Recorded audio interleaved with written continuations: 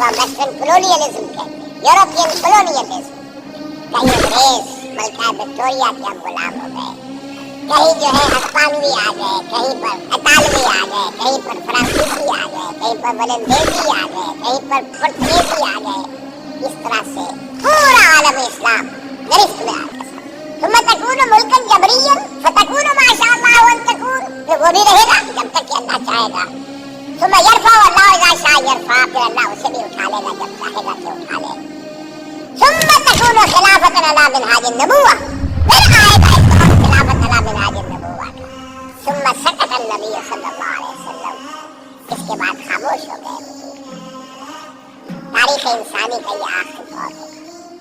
مسند احمد میں موجود حدیث کے مطابق حضور صلی اللہ علیہ وسلم نے 5 ادوار کا ذکر فرمایا ہے. آپ صلی اللہ علیہ وسلم نے فرمایا